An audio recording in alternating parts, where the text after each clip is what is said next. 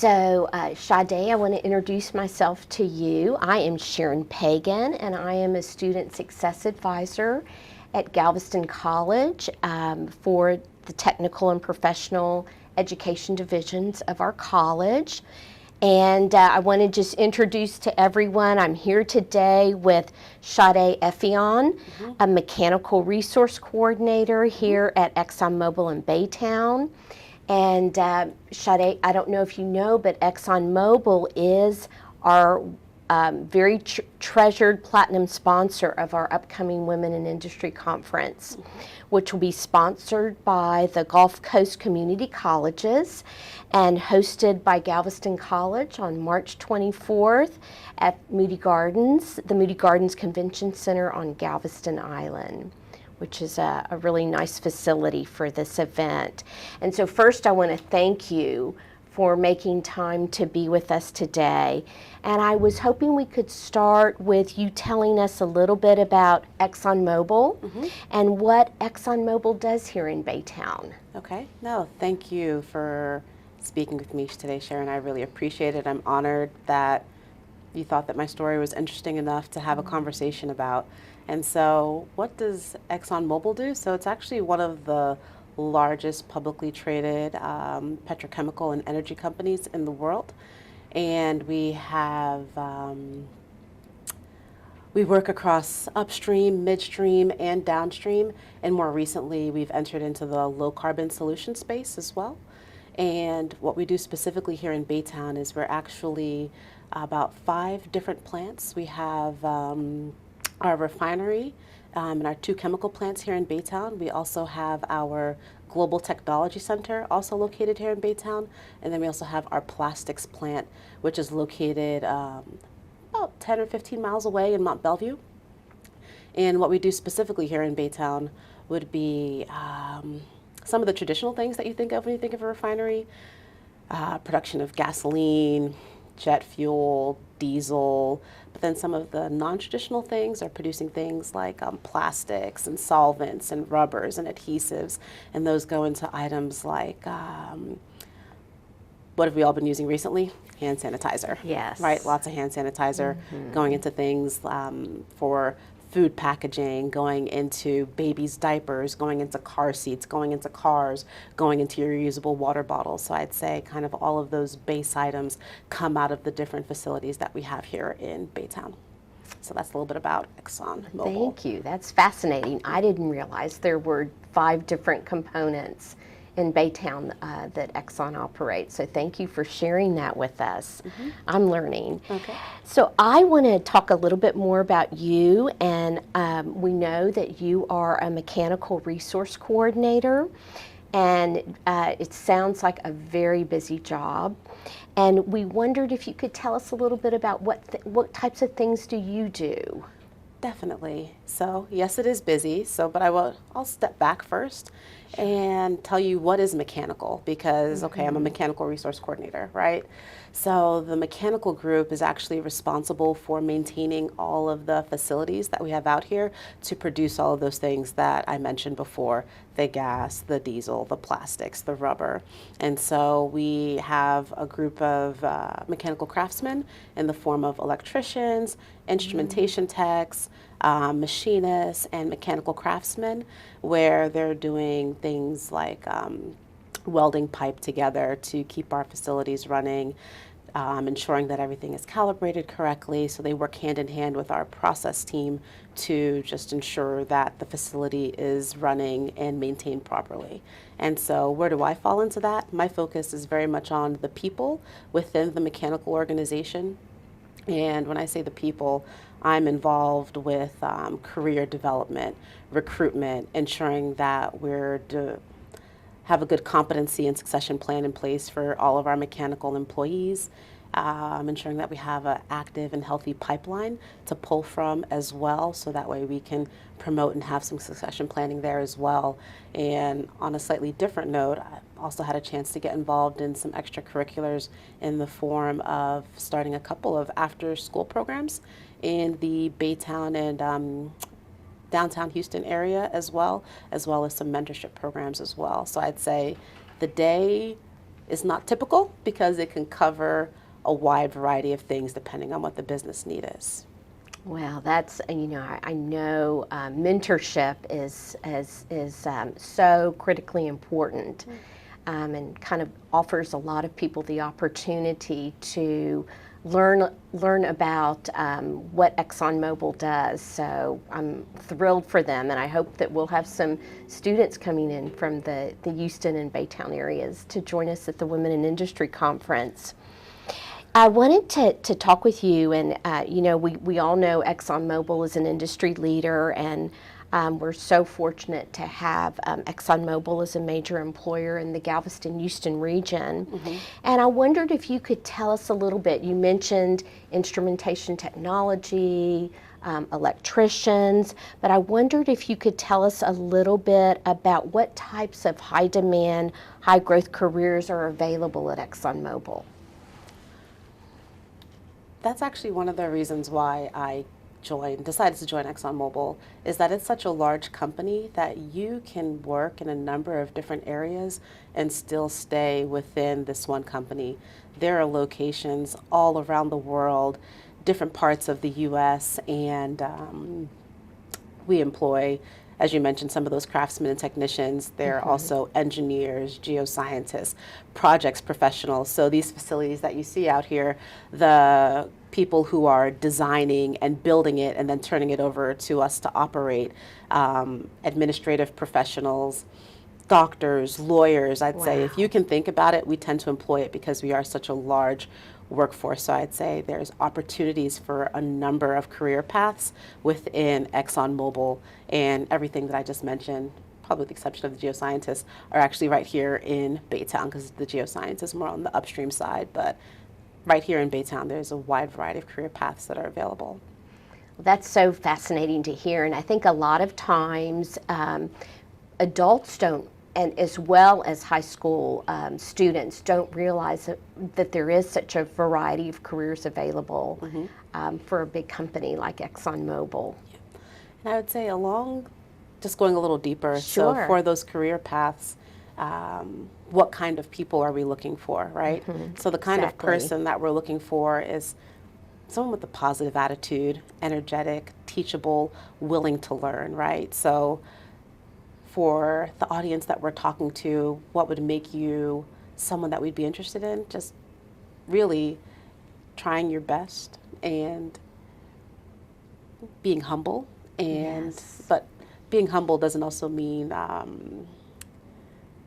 being meek, right? It doesn't mean that you step back, but being teachable, being able to come out and learn, applying your critical thinking skills, because you don't need to know everything, but can you apply the skill set to go out and ask the questions to figure it out, right? Because that's what we're here for. We're here to figure it out. We're on the edge of lots of new technology and advances because the energy space is changing continuously. So what we're looking for are people who are ready to think, ready to learn, ready to work in teams, ready to collaborate.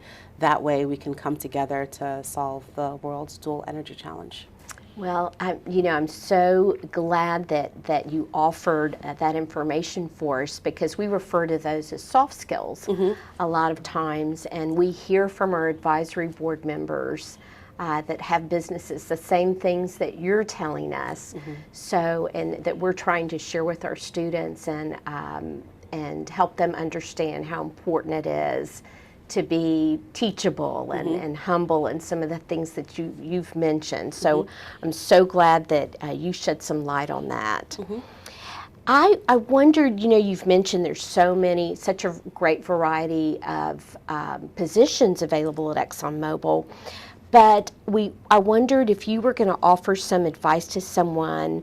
What training do you think, if you had to kind of point someone in a particular direction, what type of training and education do the careers, a majority of their careers, what are they looking for? What type of training and education? Really? Yes. It depends.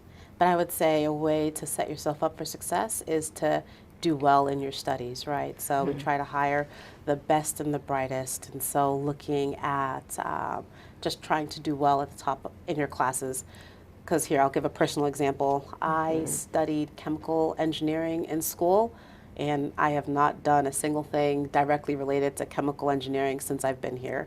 But because I demonstrated that ability to think and to solve problems, I've had an opportunity to work in a number of different areas of the company, and that's actually been really exciting. So I'd say training that you can do is really just showing that aptitude and ability in your base coursework, or finding a way to translate the skills that you've developed in the jobs that you've had to the positions that might be available. So trying to think, okay, yes, I might have been doing ABC, but when I look at this job posting for this analyst, even though I might not have directly been a financial analyst, but I was analyzing financial data in this role, I was working with a cross-functional team, I was able to boom, boom, boom, and just trying to think of how your skills can transfer into the roles that you're looking for.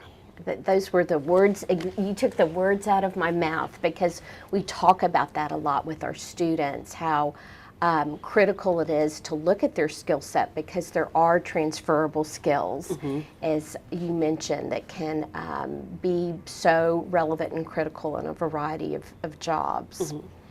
Thank you for sharing that with us. I wanted to ask you kind of to move a little bit of a different direction. As I mentioned, you know, ExxonMobil is our platinum sponsor of our Women in Industry conference this year, and ExxonMobil will have a booth at the conference. And we also, ExxonMobil will provide a variety of skilled workers that will be on an industry panel to talk with our students about what a day is like in their particular career. And I wondered, is there anything else that you can tell us and kind of excite us about what attendees can expect to hear from ExxonMobil at the conference? Any other information they might share?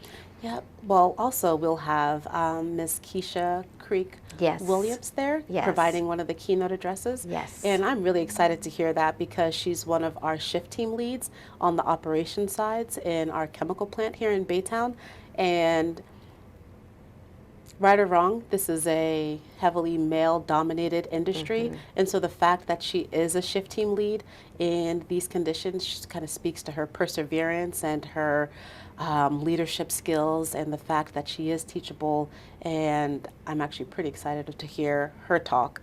And I would say, in addition, at the booth, we're coming with a number of ladies that are there, so I would just encourage everybody to stop by and talk with us.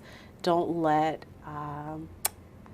kind of be intimidated. Don't be intimidated. Just come up, because you know what? We're all humans. We all started at some point. We're all mothers, sisters, daughters, wives, right? We have kids, or we're someone's children. So just come forward, ask questions. I tell all of my people, I'm like, the only dumb question is the unasked question, because if you're thinking it, somebody else might be thinking it. So I encourage them. I'm like, look, it's better to just ask it and then get your question answered, as opposed to being, oof, I wish I'd asked that question. So really just coming forward, talking to us, engaging, and just asking your questions. So you're there and eager to interact with the people that will be attending the conference. Yep, and all of the ladies that are coming, they are the same way. They have done very well in their respective fields, and they bring a variety of experiences and knowledge to the table. So there's probably going to be some kind of connection that can be made there if you just spend the time doing a little bit of networking. And networking is so key to helping your career develop as well, right? So it's there's this proverb, this African proverb that is, if you want to go fast, you can go alone, but if you want to go far, you should do it together. That's a bit of a paraphrasing, but that kind of speaks to it, right? Having that network, having that tribe, and building it, and you start that by just going up and saying, "Hi, my name is Sade," right? Yes. And that's such a tremendous component of the conference. I'm so thrilled that you let us know that the opportunity to network with the people from ExxonMobil, that those doors are open and students can come, and people that are in college, and introduce themselves to you, and begin to build some alliances, possibly. That's thank you so much for welcoming that.